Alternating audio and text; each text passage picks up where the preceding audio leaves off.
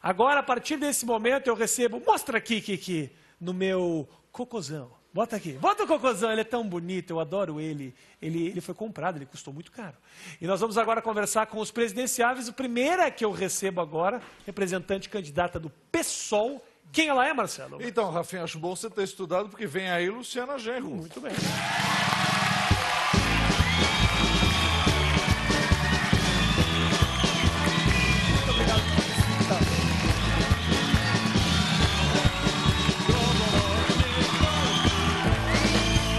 Luciana, estou muito feliz com a sua visita. Eu também, muito obrigada pelo convite. Muito feliz. Vamos começar direto ao que interessa. Luciana, você recentemente disse a favor da legalização das drogas, ou da descriminalização delas, pensar melhor a questão do aborto. Com esses temas, você realmente quer ser eleita, Luciana? Quero ser eleita. Porque você acaba tocando em questões muito sensíveis para uma faixa muito grande da população, que é a população um pouco mais religiosa, um pouco mais conservadora. Isso não atenta um pouco contra o próprio intuito de ganhar ou de vencer essa eleição? Olha, Rafinha, primeiro eu não quero ganhar a qualquer custo, né? Eu acho que esses atalhos para vencer a eleição, como os atalhos que o PT usou lá em 2002, quando fez aquela carta ao povo brasileiro, dizendo que ia manter a política econômica do Fernando Henrique, se juntando com Collor, Sarney e essas oligarquias políticas, ou os atalhos que a Marina está fazendo agora, quando ela se une ao agronegócio, dizendo que nunca foi contra os transgênicos, ou joga no lixo o programa LGBT por pressão desses setores reacionários. Eu acho que não adianta ganhar a eleição e não poder fazer as transformações que eu julgo que são necessárias. E acho também que esses temas que eu estou defendendo, eles são mal debatidos. Né? Então, há uma visão distorcida sobre cada um deles. Por exemplo, o tema do aborto. Ninguém é a favor do aborto. Sim, claro. Ninguém acha que o aborto deve ser um método contraceptivo. Acontece que 800 mil mulheres ao ano morrem vítimas de abortos clandestinos, como duas agora que foram notícia. Só que como essas duas têm 800 mil todo ano. Então, é uma realidade. Como é que o Estado lida com essa realidade? Respeitando as religiões, e aí cada um vai decidir o que faz, de acordo com a sua fé, com a sua crença, mas o Estado oferecendo um acolhimento para essa mulher. Já que estamos na questão do aborto, a gente considera aí, se fala abertamente, o Brasil, a princípio, é um país laico, e não é bem assim. Acaba que os governantes acabam pensando muito nessas questões, porque às vezes é o próprio desejo da população. Se nós fizéssemos hoje um levantamento, quem é a favor e quem é contra a legalização do aborto, eu tenho certeza que 95% do país ia ser contra a legalização do aborto.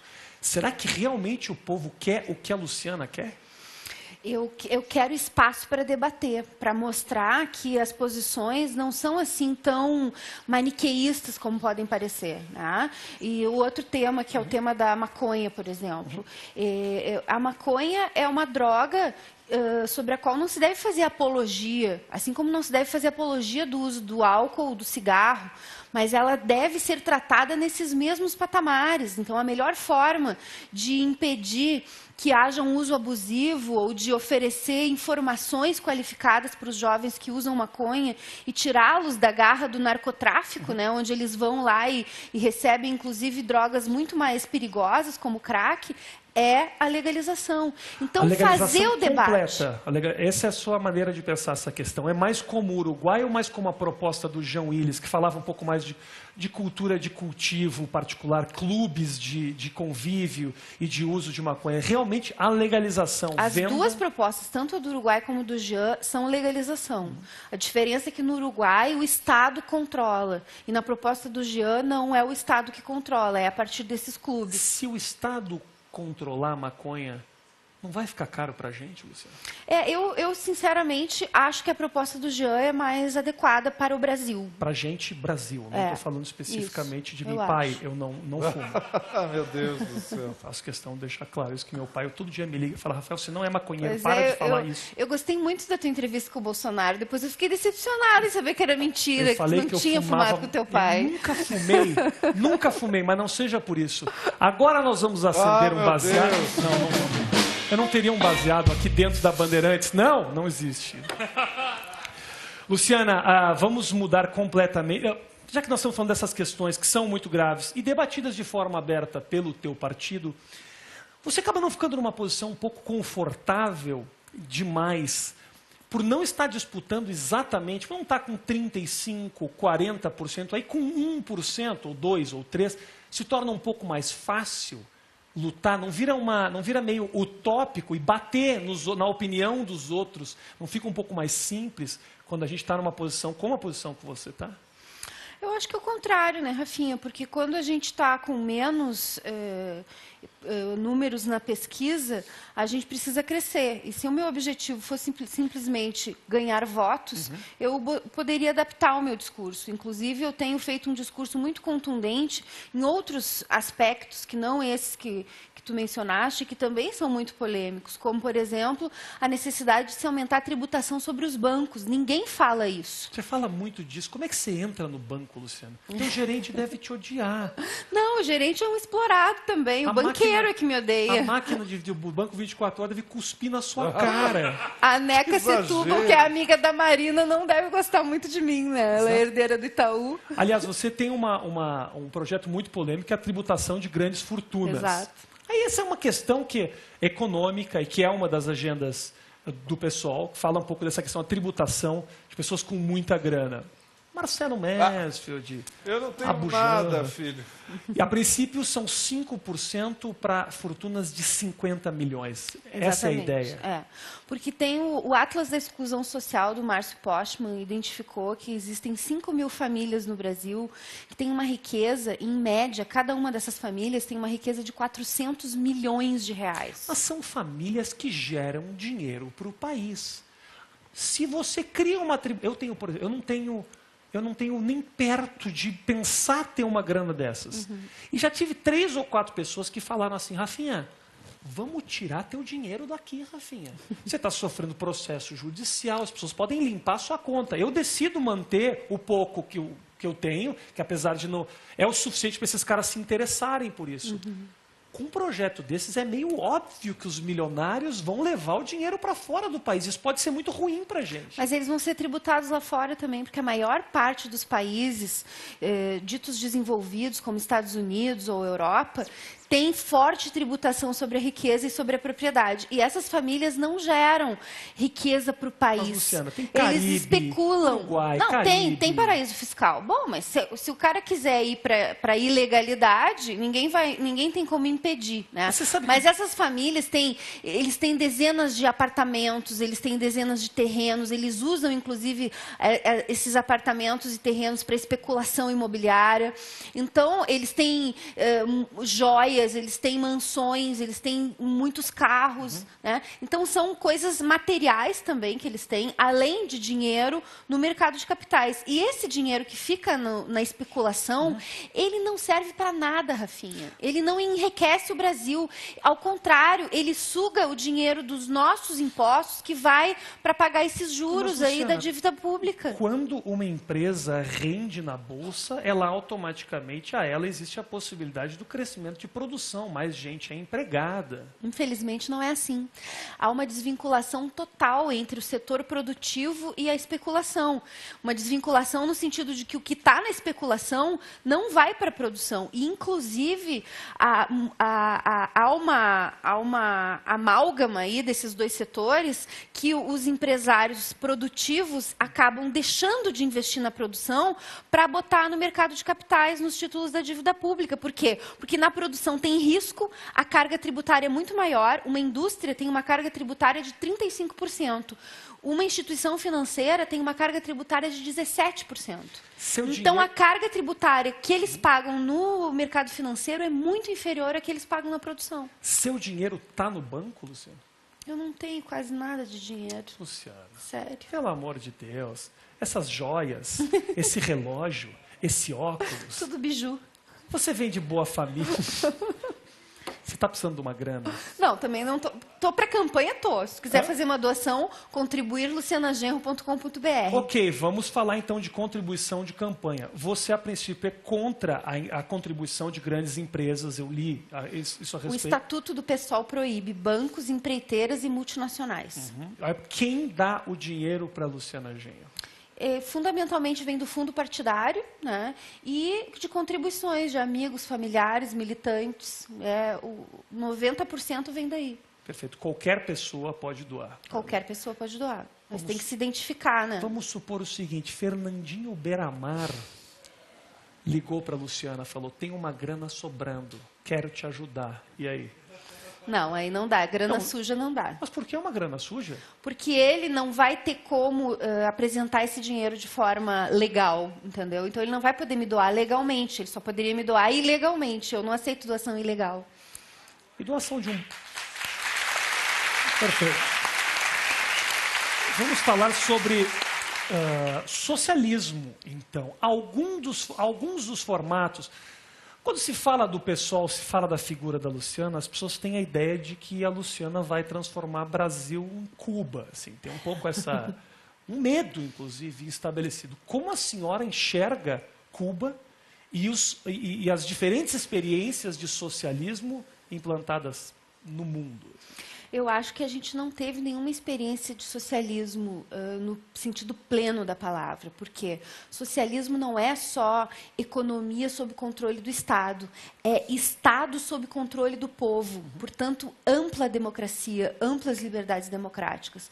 E nós não tivemos nenhuma experiência como essa. Cuba avançou no sentido econômico, mas, inclusive, devido às restrições das pressões americanas e do boicote, da constante ameaça, não conseguiu avançar do ponto de vista da democracia. Você realmente acha que foi só isso que impediu Cuba de crescer?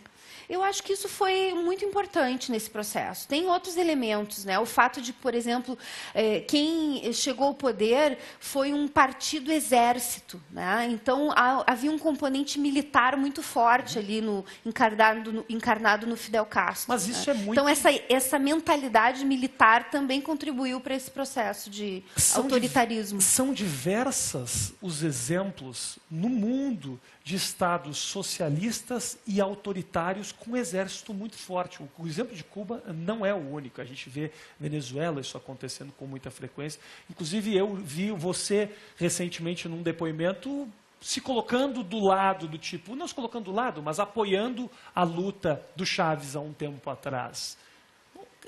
Você entende por que talvez o brasileiro tenha um pouco de medo de abraçar o socialismo? Claro, mas é que o fato de que nós tivemos experiências socialistas fracassadas, porque não conseguiram avançar nesse quesito das liberdades democráticas, faz com que não haja um modelo. E quando não há um modelo, as pessoas se sentem um pouco desorientadas. Né? Mas eu acho que a queda do Muro de Berlim, o desmantelamento da União Soviética foi muito positivo. Por quê? Porque antes o modelo era ruim. Né? Agora, ruiu, não tem mais modelos. Nós precisamos construir um modelo. E é isso que eu tenho insistido. O Brasil tem que construir o seu modelo. O capitalismo, Rafinha, foi um grande avanço na humanidade em relação ao feudalismo. Né? Se nós tivéssemos permanecido no feudalismo, nós não teríamos todo esse desenvolvimento econômico que o capitalismo propiciou. Só que, ao mesmo tempo que ele propiciou desenvolvimento econômico, ele propiciou concentração de renda e largas camadas da população excluídas desse desenvolvimento. Não só das maravilhas tecnológicas, mas até das coisas mais básicas, como saneamento. No Brasil, 50% da população vive em áreas que não têm saneamento básico.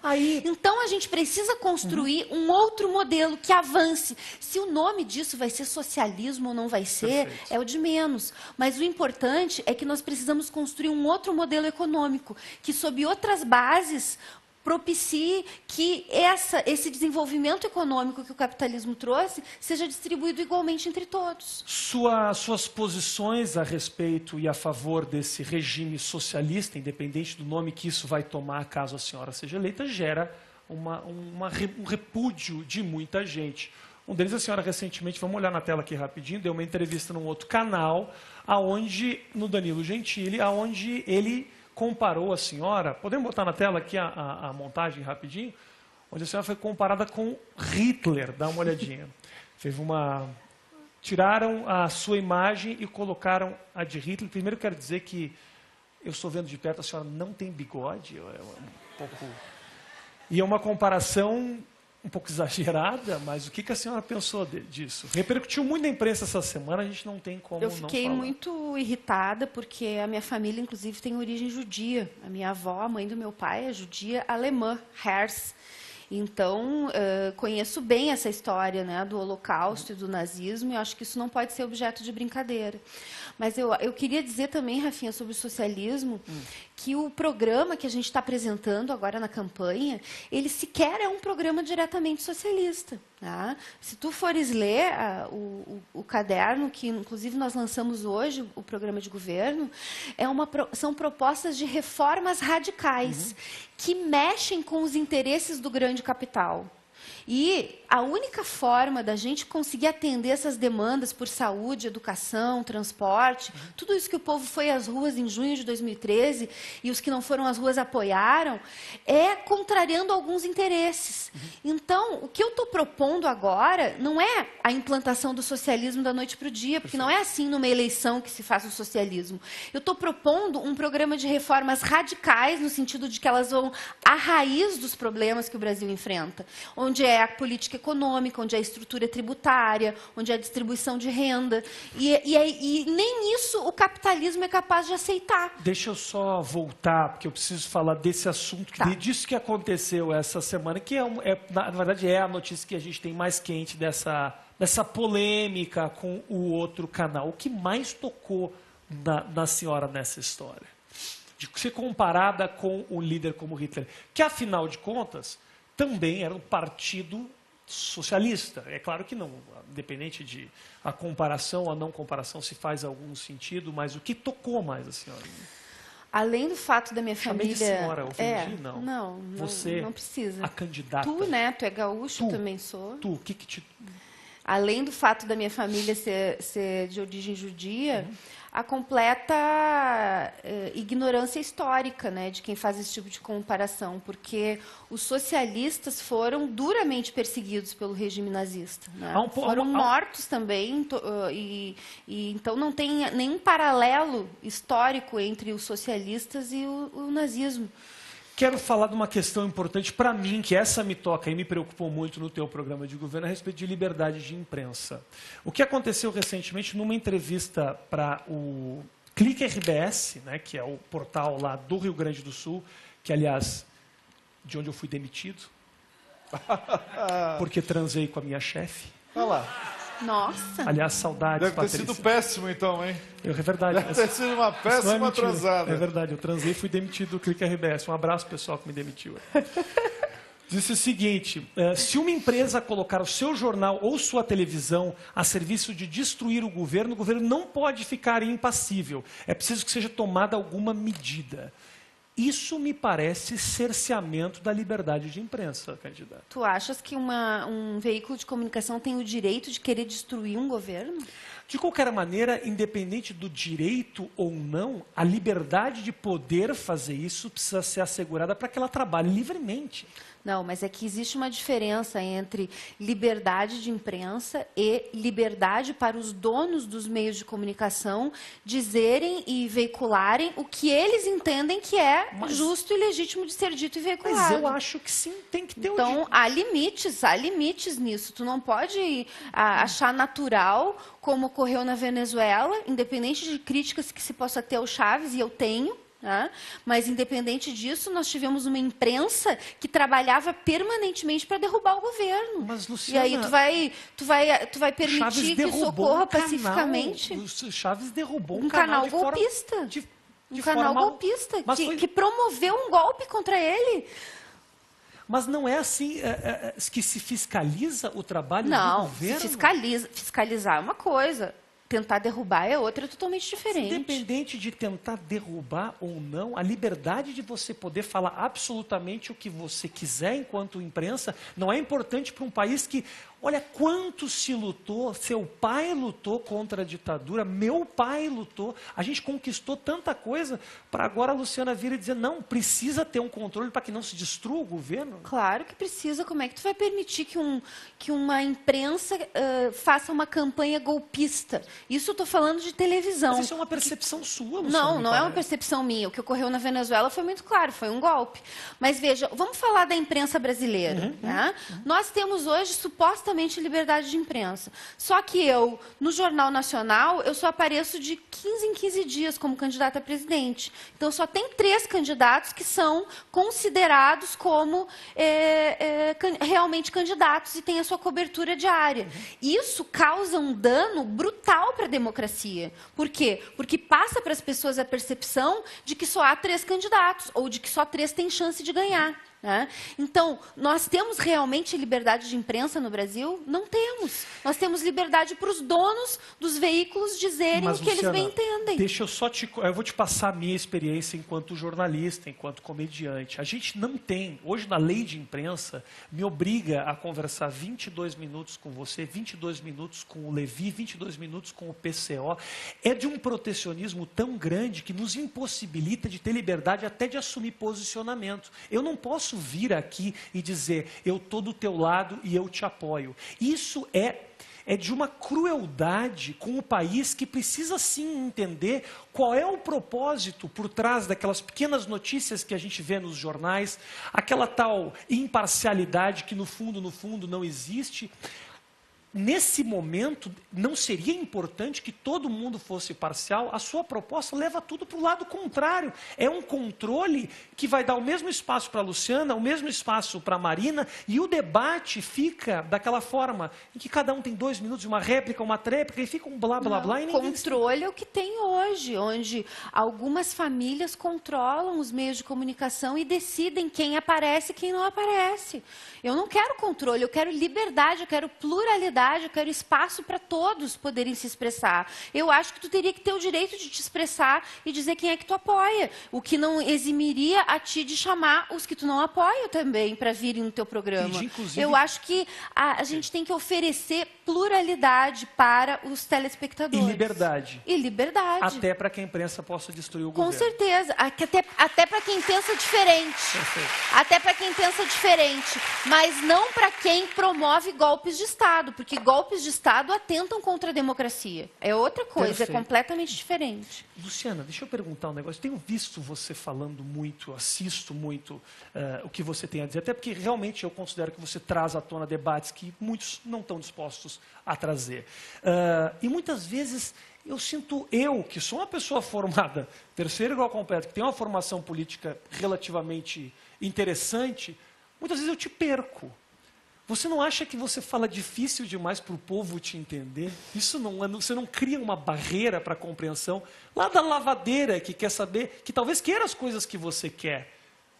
É que falando de discurso, de formato... eu falo muito da questão econômica, né, Rafinha? E, de fato, a questão econômica é complexa, é difícil de simplificar e de traduzir. Eu tento, ao máximo que eu posso, simplificar e fazer com que as pessoas compreendam como é possível se dar uma saúde de melhor qualidade se a gente cobrar mais impostos dos bancos, né? Então, muitas vezes, a gente é obrigado até a simplificar um tema que é muito mais complexo, mas eu tento. Às vezes, realmente, talvez eu não consiga. Se tu não entende, é porque eu não estou conseguindo. Não, eu entendo. Eu vou te dizer que em alguns momentos eu te perco, como claro perco, porque eu também absolutamente não domino todas as questões que são debatidas no país. Mas eu tento olhar com o olho do povo ao que você fala e sinto que existe um distanciamento para um discurso que às vezes até seja identificável e eles se reflitam, eles entendam e queiram o que você quer. É que tu vê, por exemplo, um tema como superávit primário, uma palavra você entende? absurda. É isso. Só que é o real. Daí eu sempre falo, superávit primário, o que é? É o esforço que o país faz de economizar os impostos que a gente paga para pagar os juros da dívida. O Lula falava com o Palmeiras, todo mundo entendia. Né? Bom, eu vou falar do Palmeiras. É o seguinte, eu quero fazer uma série de rapidinhas para a gente fechar, tá? E eu quero que você me responda rapidinho o que você tem, em 3 palavras, o que você tem a dizer a respeito desses assuntos. Poder de síntese agora. Casamento gay. Direito legítimo. Faltou uma, candidata. Você pode fazer uhul no final. Super direito legítimo. Ah, ok, perfeito. Guarda manteiga dentro ou fora da geladeira? Dentro da geladeira. Perfeito. Quem guardaria fora? Quem inventou essa pergunta? Deixa rançosa. Diz a Fora da geladeira, deixa rançosa. Você fala empregada doméstica ou secretária do lar? Eu não Você não tem nenhum destes termos. Tá contando. Claudinha ou Ivete? Gosto das duas. Muito bem, olha, para finalizar eu quero te dar um presente pela tua visita. Eu sei que você vai se tornar, em algum momento, vai ter sim um cargo e talvez se tornar presidente, por exemplo, talvez queira mudar um pouco do teu visual. Então eu quero te dar um presente para, de repente, uma ocasião mais apropriada. Sei lá, você queira mudar? Ah, pelo amor de Deus. Eu já fiz chapinha uma vez. Eu vi foto sua de chapinha, ficou bonita. Me dá um beijo aqui. Gostou do presente? Gostou do presente? Não vou usar. Essa foi Luciana Genro, senhoras e senhores. Muito obrigado pela visita. A gente vai pro intervalo comercial rapidinho. E daqui a pouco a gente...